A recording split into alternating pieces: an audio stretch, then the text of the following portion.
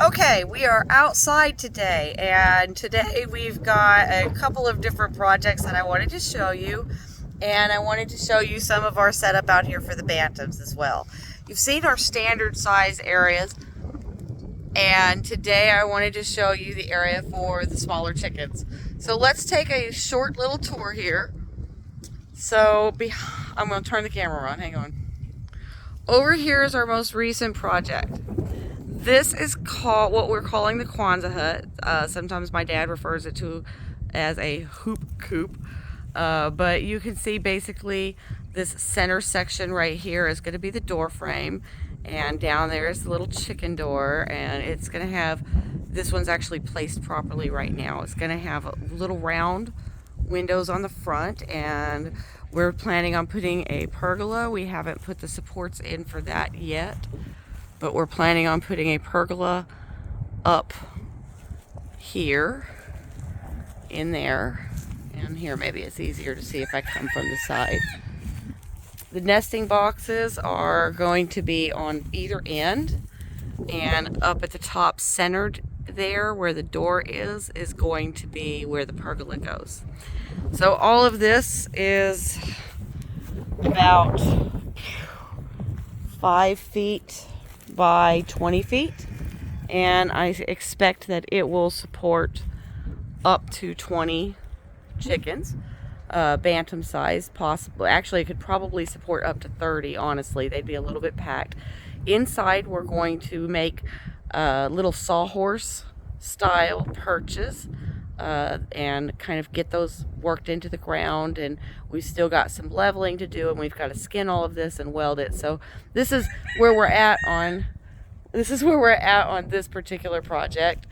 And over here, far too far for comfort is my chair, but on the other side here, this area used to be a pop-up, but we're going to reskin the top, re-roof it. And we've got fencing. I don't know if you could see it real well, but there is 5-foot tall fencing wrapped all the way around it. And we've got one side open over here. I need to get a gate, like a real gate, but for now we've just got this here. And when we need to, we can close this off just by swinging it over and attaching it. And these little houses can be used as transition boxes for the birds. Now, when I'm not using it as transition boxes, we actually modified this one. This used to be open all the way. Let me show you this. Oh, I got a spider or two there. Ooh, scary. Okay, there we go. You can see the little doors. And when you open it, they've got flowers on the insides as well. This one doesn't, but... And we just took what used to be a little balcony with a roof and enclosed it. And it's got good ventilation. Oh, I've got a couple eggs in here. The girls love it. They're not super picky, and then a little platform in there. It works great. It works really good. These are just little dog houses. You can get them at Home Depot. You can get them at Atwood. You can get them at Lowe's. And the girls absolutely love these. They will come in there and...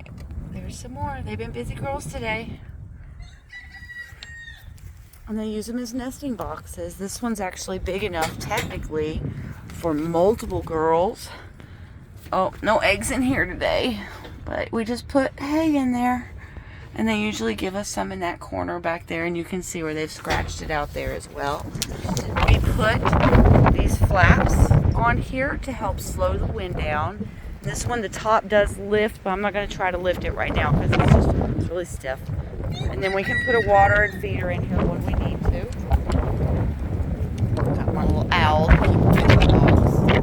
And that gives them, technically, 1, 2, 3, 4, 5, the equivalent to 5 nesting boxes.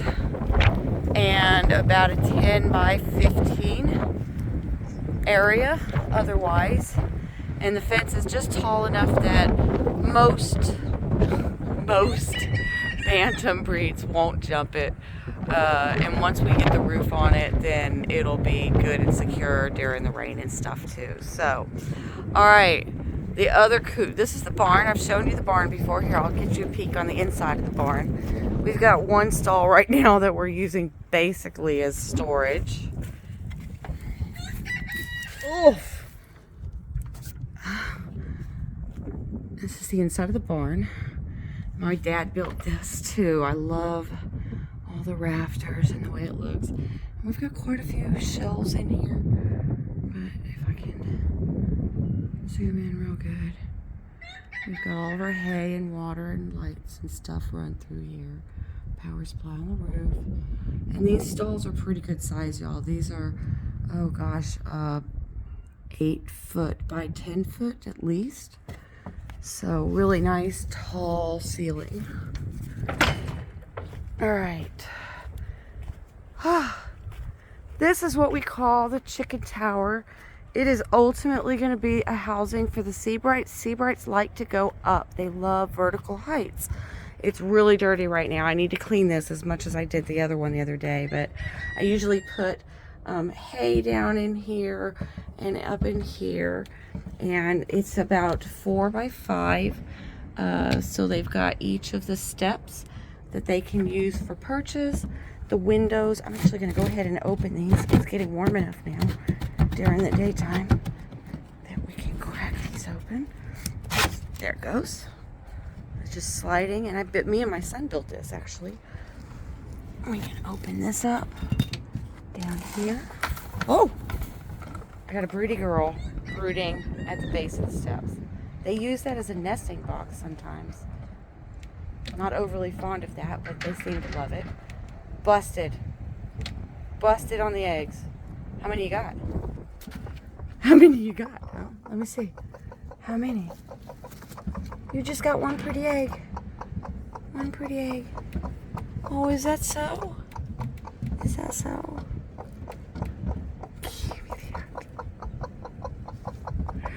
This is Princess Peaches. Princess Peach. And she's determined to make a baby. And I'm tempted to let her sit on that egg. In fact, let's go ahead and close this back up. Oh, I'm sorry. Well, I'm so sorry. You're right. I should have thought first. It was definitely thoughtless of me. Definitely thoughtless. There we go. And that'll secure that well enough for her again. And see, she's already stopped clucking. See, I should have looked first. I should have looked. Should have looked. So sorry. Yeah, you telling me all about it? Okay. Okay. You can get resituated now?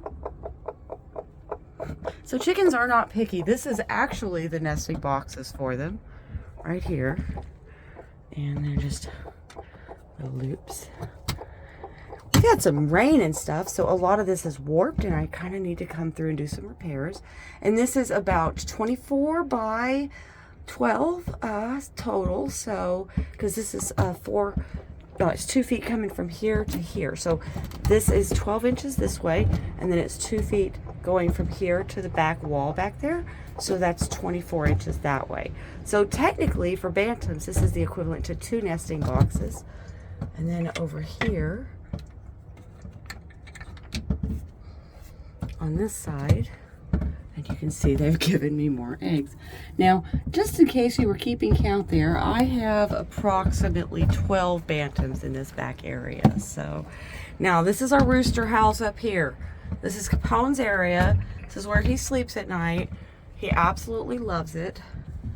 And you can see we've got a heater down here. I got these for my birthday. Thank you, Mommy and Daddy. I love you so much. And there's windows on the outside here. This is the south side of the house. This one can flip up and you just stick a board in there to hold it open.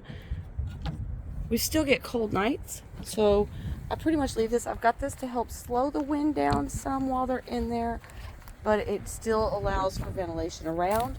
We're gonna cut a board and make a just a pull away door or wall, I guess you could call it, on this end here. And then I guess we can go ahead and open this window. Can I? Right there. And then for Capone's area. This is the north side of this coop. Oh, I need to take care of a friend. It's not a friendly friend, but he exists. She exists. It exists. So all of those just slide open like that. And the stakes that I used right there worked really good for that. Say hi, babies.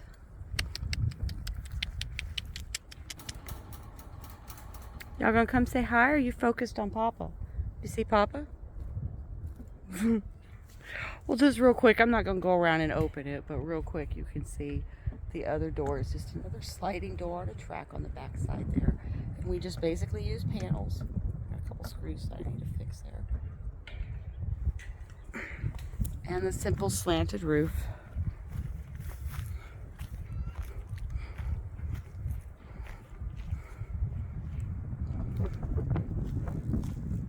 And that is the tower. Oh, perching underneath. I don't know if you saw that or not. Like the perch bars are just branches. And they're just screwed in from the outside. And that's the controls for the heater to the other wall right there. And then of course this ledge can act as a perch, and each of these steps can act as a perch as well.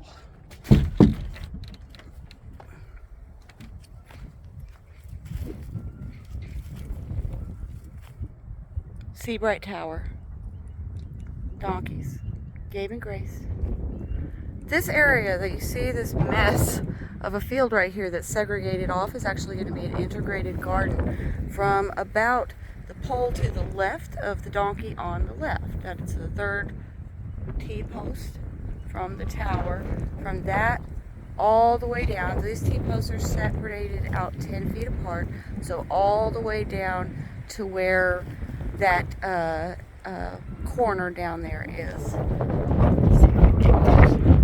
Yeah, right there. So all the way down to there. This is going to be our garden this year, and this will be the first time we've worked this field area. Last year we worked that one over there on the other side. See where those bags are? And those are bags of leaves that we're going to be putting in here probably this week. So Leela's come to say hello. You're not supposed to be in here.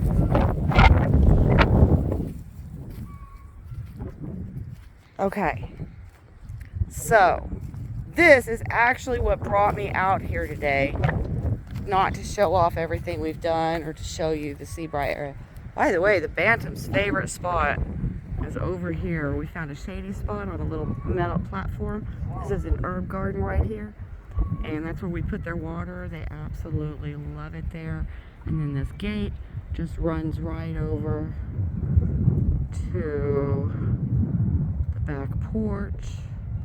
And in this area behind the back porch, this overgrown woolly area, we're going to have pumpkins and all kinds of things like that, but we've got a lot of work to do on that still to go. And then on the other side of the pumpkins right there, we're going to have squash.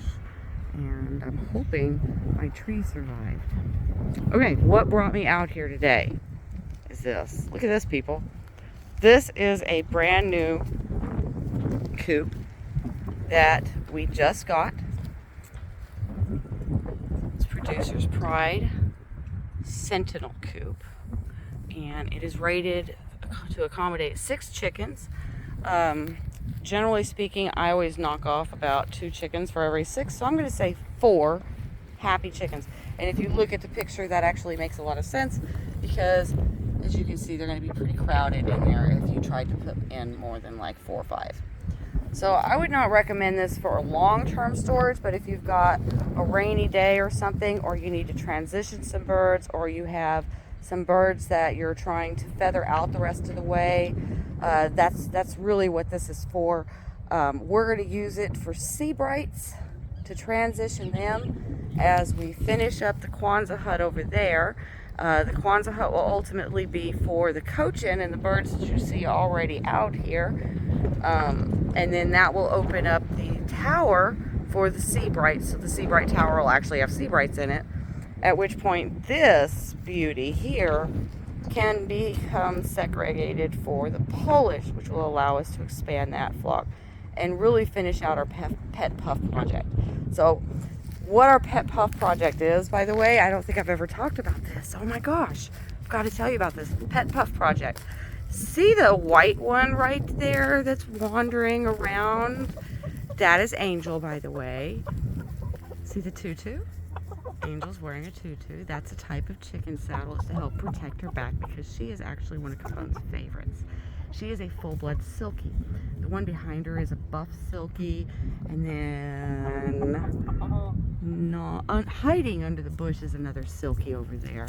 But in case you didn't know, Capone is what is called a bantam cochin. That one with the big puffy hair next to him, that is a bantam white crested black Polish.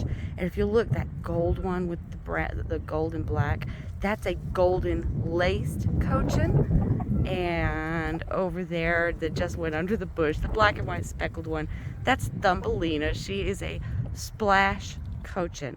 So I've got 2 golden lace, 2 buff, 1 splash. Capone is black. So let's name them here. Let's see. We've got Goldie and Lacey.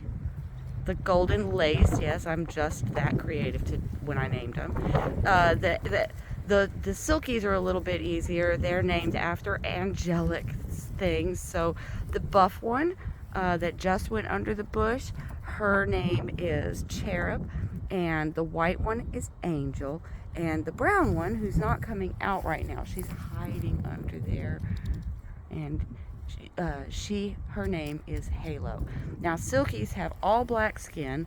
They are also good white egg layers, but they have blue ears and black legs and black skin. The meat is also black, which means that a lot of people don't like them for broilers to eat because they just think it's kind of weird. Now, the meat has the same protein values and the same nutritional values, and it's the same texture and tastes the same, but it's a funky color. So seeming as silkies, my silkies are small. I think it's obvious I don't plan on eating them anyway. So that's cochins. Cochins like to stay close to the ground, and because they can't see very well, Polish like to have small spaces and lots of cover that they can hide under. And there's Ruffles. Ruffles is my good girl there. She's got what's called frizzle feathers, which she is a mix, a full-blood Old English game hen and a full-blood silkie. And when you mix a straight feather with a silky feather, a lot of times this is what you get. And we've actually got a baby in the coop in the brooder right now that is also a ruffle feather, or I'm sorry, a frizzle feather. She has right now got some breakage on her feathers. Frizzle feathers are susceptible to breakage. Their feathers are just more fragile and brittle, and is currently undergoing a condition known as frazzle. So pretty soon we're going to be treating her with some permethrin directly, just to be on the safe side, because sometimes mites can cause that, and we haven't treated the back area. You saw the state of that coop, so I definitely got some work to do. Back to the task at hand. Oh, this is a lot of walking for me, y'all. Please be patient. I'm so sorry. Oh, I've shown you all them dust bathing. This is how deep this hole actually is. Look at this. This is so insane. It's a deep hole, guys. This is like 8 inches. Easy 8 inches. Alright, I think we have our tools. We're going to crack this open, get all the different panels and sections set out and all our pieces set out, and then we will come back to it. Okay, so we've got everything laid out of the box. That took a few minutes. And here, let me show you what we got here. So the box opens up and it's all of these individual panels like this. So ignore the chicken dust bathing. Say hi, Frizzle. I named her before I knew what frizzle feathering was because I thought her hair looked frizzy. Dust bathing chicken. Must pause for dust bathing. Oh, she's camera shy. Sorry. Okay, so everything comes out. It has these little numbers on them. So I imagine if I was to look at the instructions, which I haven't yet, but I will, it's going to tell me what all those numbers go to and what they're for and such. So I can guess some of it, like right there, that is obviously the tray that goes in the bottom for the litter. Those are obviously end panels, probably to the nesting box itself. I have separated those over there because those are the 4 roofing panels. You can see these here are going to be for the sides where they connect because they are slanted at the top. And that's going to be a side panel probably on the end and behind and under the nesting box. And then over here, I'm not 100% sure what these are for yet, but they've got doors and really cool hinges on them, so we're going to find out. Those number 9s there in the middle, those funky little shaped ones right there, those are going to be dividers for the nesting box. There's 2 of them. And then there's 2 different like holes here, you know. There's 4 of them, but if you look closer, oop, they're different. You've got a 6s and a 7s. And then that number 11 pole, the square dowel there, is definitely going to be for the perch bar. That's the perch bar. This triangular, that's the roof cap. We got all our nuts and bolts. This is going to be the lid to the nesting box for sure, guaranteed. So the rest of that is stationary, doesn't move roofing. Looks like there's little slot fans in these to close it up in the rain. That's really exciting. I was not super fond of the sliding doors on swinging doors and sliding doors that came on the gray coops. So this is going to be pretty exciting. These are just those, they just open up. You can see in there. There's one's open. Get my shadow out of the way. That one's closed. So all good there. Okay, see, I told you we would read in the a man who reads instructions. It's half the reason I married him. It's definitely a plus. We're going to look at all this. And we'll be back. Okay. First step, nesting boxes. There's 3 pieces for the bottom and top combined. Phillips screwdriver. 1, 2, 4 screws. Step 1.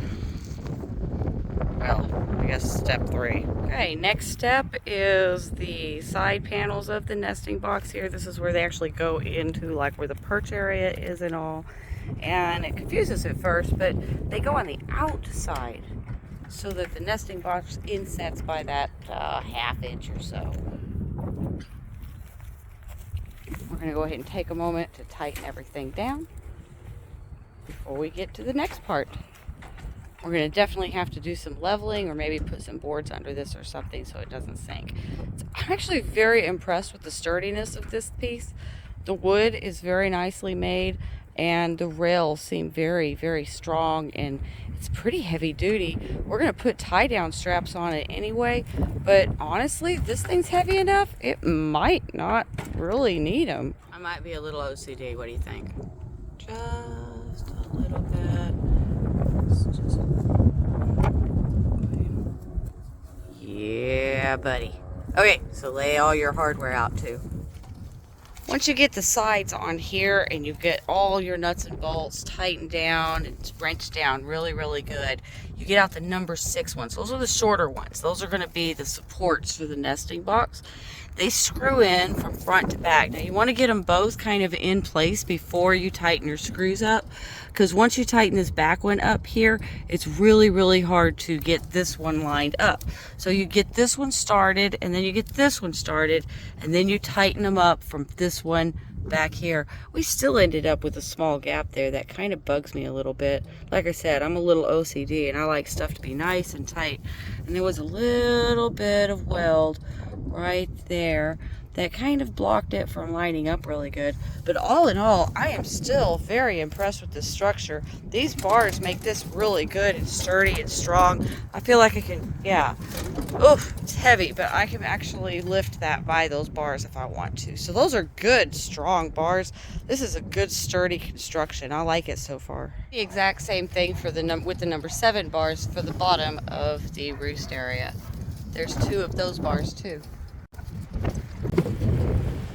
Next, set your nesting box base. This is the number 8 in place. Slide it back fully.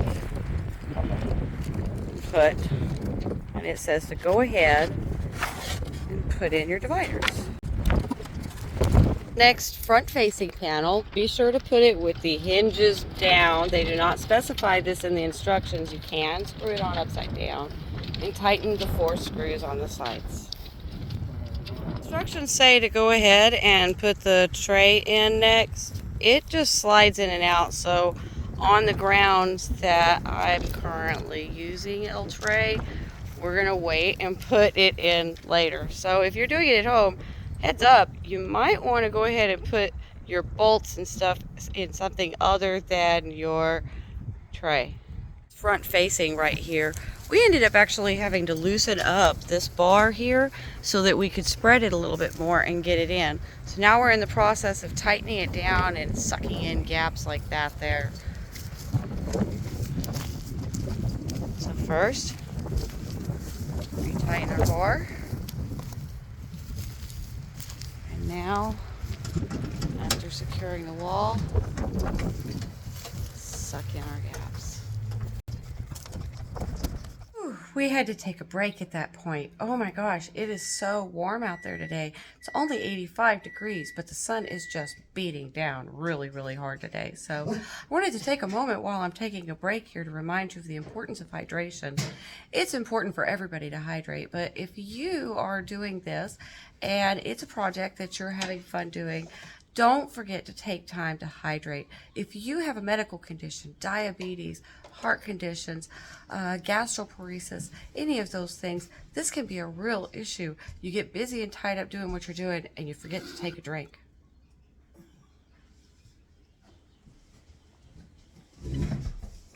Okay, we're back to it. And we got out here, and before we put the roof on, we decided to look really good because the roof is going to add a lot of weight. We decided to look really good at it and see how bad exactly the placement was. And we decided we wanted to move it just a little bit and kind of center it in the area that we're going to ultimately enclose with some fencing. So it is now turned so that the front facing is facing south, and the nesting box opens up to the east, and there's walking space all around it so the birds can't use it as a launching platform to get out, and we can walk all the way around it and check everything. It'll also help with visibility from the back window right there. When I'm looking out, I'll still be able to see kind of most, if not all, of both sections, as well as the back field where the sebright tower is. The next thing is these roofing panels. So there's 2 different ones, or 2 of these. They're both number 16. You put these screws into place first, but leave them loose, because what you're going to want to do is when you put this trim on, that's actually going to align everything up. So leave them loose so that you can still shift the panels, get the trim on there, tighten it down, that gets it in place, and then go in and tighten these bolts up. So we're going to do that and come back. To take this piece and you put the latches on it. This is actually a chicken ladder. So this just goes in, screw goes on the stair side, and then the bolt nut goes on the back side. Now let's carry this over.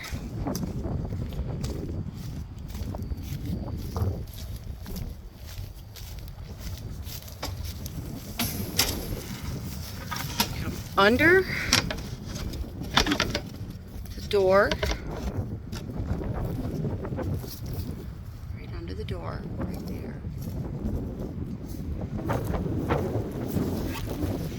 And that puts your ladder on there. Then you go ahead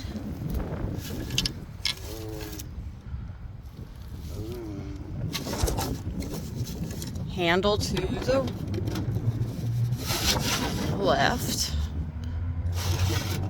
No, handle to the right.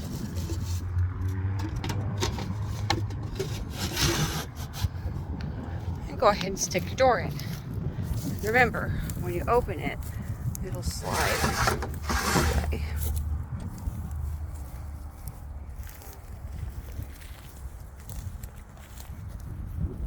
that we've got it in place, we can go ahead and put the roof here on this actual nesting box. So you start with the back hinges here, line them up, screw them down really, really tight. And then there's these here, which actually help hold it in place and lock it in place so you're not fighting that lid the entire time. That's actually pretty cool. I like that. Oops. Probably would work better if I did it that way. Yeah, there it goes. Yay! Lid on. Next step.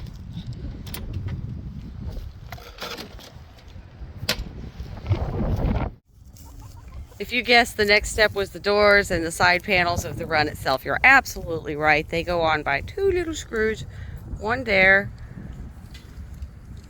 and one right there for both panels. Now, note on this, we discovered that the ladder was definitely in the way, so it might be a good idea to assemble the ladder and just set it to the side until you're done putting these panels on. Otherwise, when you go to get to this screw right there, you have a major issue. One person can put this together. They just need to use a little bit of intellect. You'll notice right here how we've got this locking clamp right there on that. Just put that on, and then you can walk around to the other side with the screwdriver and just tighten it up on the other side. Works real good, and one person I think could probably build this. But I tell you what, I'm really glad that my husband's out here with me helping. It just makes life a little bit sweeter. And the next step, of course, is going to be that last panel. Same technique. Put the screws in. Tighten them down really good. Corners are easy breezy. And then the run is enclosed all the way around. So the last thing is going to be the roof and that clear strip, whatever it's for. And of course our perch bar. Alrighty, we got the roof on, looking nice. Just got to do a little bit of prying and squeezing here and there to get the bolts actually lined up. But they go in nice and tight once they are lined up. It looks really good. Now for some finishing touches. There's this weather strip right here, and what this does is allow the door to open but keep water from getting down in between there. So that is very, very nice. I like that feature a lot. We're also got to put the hinge together still. There, and that is actually what these parts here are. So we'll see that once that's all put together. Carl, could you show me how that goes together? Obviously 4 screws. We'll need a screwdriver.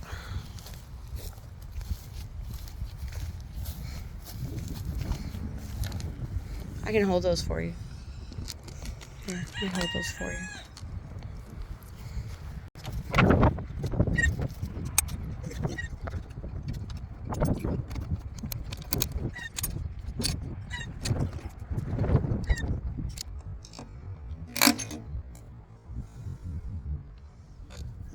Cool. You think it'd be magnetic? Much as you can. He's talking about a screwdriver there.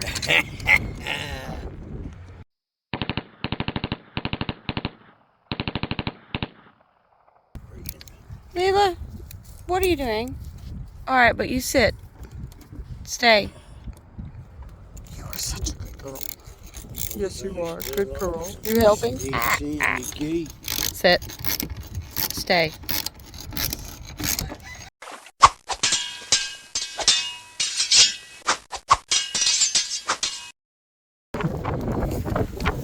Latch is on, and that's how you do it. This particular model does actually come with its own latch, so basically to use this you just fit this over here before you tighten it down, and it slides through the top like this and locks the whole thing down. I actually like this design, so I'm going to go ahead and use it this time. Now we're at strapping it down. I wanted to show you the tie-down straps and a neat way to get them in the ground if you don't have enough strength to actually twist that thing all the way down. Let me show you what I'm talking about. This is a tie-down strap anchor. I can only get it down so far, and then I have to use something to actually help me get it the rest of the way. So a bar like this works really great for this purposes. You just push it in here, and twist. In this way and pull the bar lever. The further away you get from it, the better it works. And just twist. Now, we've got that down plenty far enough. This could actually be used as a second anchor strap if you need to. That is not coming up easy.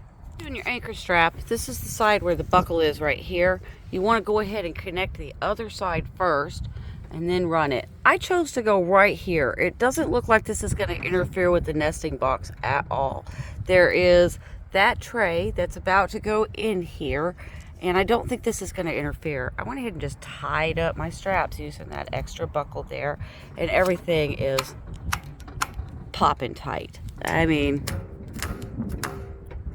love it. Now, let's put the tray in. Okay, so we got the litter in there. It's all lined in the bottom. I've got it maybe a 1/2 inch to 1 inch deep there. And you can see inside the nesting area, this is the roost area and the perch bar and the nesting boxes. So if you do the chicken math, it's supposed to be 4 birds per nesting box. This thing advertises 6 to 8 birds. I'm going to put bantams in here. They can generally handle about twice half the space, so twice as many birds as a standard bird. These are little bitty sebrights, so it should be okay. They're going to be in here short term just to transition with the rest of the flock. Letting the birds put themselves up now, and once they finish putting themselves up, it'll be easier to catch. We'll be able to get some sebrights in here tonight. So tomorrow they'll spend their first day the bantam field, and that will buy us some time to finish this Kwanzaa hut, get it all together, which is where we started the video. Like how we wrapped that up? Anyway, guys, I had fun working on this today. We're gonna get the sebrights in here, and I'll show you a picture of that and then say goodnight. Okay, we got everybody in. I'm gonna risk this. There are a lot of birds in here. You can see them all. Okay, we'll get a picture during the daytime to show everybody this and how they look in there, but I think there is just enough space for them. It looks really good right now. And there it is. 1 6 to 8 coop by Producer's Pride, the Sentinel Coop. Say good night, babies. Good night. Good night, y'all. Hope you enjoyed this video. I think had I not been doing the videos, this probably would have taken us maybe 3 hours to put together, but as is, it is a beautiful sunset behind me. So y'all have a great Sunday. Okay, so it's the next morning, and y'all, I feel like The Walking Dead today. So I'm not going to get out of the house, but I'm going to work on editing this video today. But I did promise y'all a video of the birds when they in the coop, where it's daylight, you can actually see them. So I wanted to share that with you. Okay, we have let them out. Capone and Scamp have found each other. This is what roosters look like when they fight. And this is why you introduced with a cage. Because if we were to let them get to each other, they would really tear each other up right now. So I don't know if you can see Scamp really good or not. But they'll bob their heads and raise up their hackles and raise their tail and make chortly noises and scratch and just look as big and mean as they can. But other than that, we're doing great. We put some diatomaceous earth in here. We put some other stuff, the stall deodorizer in here. And really quickly, just to show you how well they're doing for their first day, these were actually both in the same nest. I just spread them out. They also kicked all of the hay out of the nesting boxes. So I may want to like raise the lip a little bit to hold the hay in better. But other than that, it was easy to put the hay back in. You can see back there where I spread the diatomaceous earth and hadn't mixed it in yet. But yeah, great transition period. Love the way that latch works. Success! Da, da, da, da. And yes, I came outside after all. Not for much longer. I'm going to go in, edit a video, catch a few Z's, maybe more than a few. Pray for me that tomorrow I'm not stiff like this and can move better, because we've still got so much to do around here.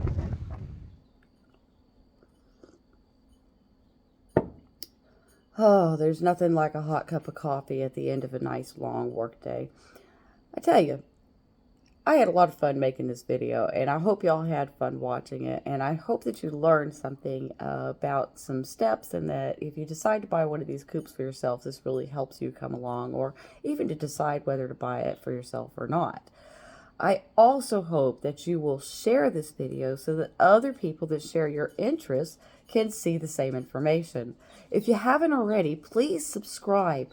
This will help you get notifications faster when I post new videos of other things along the same topic. You can also hit the little notification bell down there to get those notifications immediately. Plus, if you did like this video, let me know. Give me a thumbs up. Thanks for watching, y'all.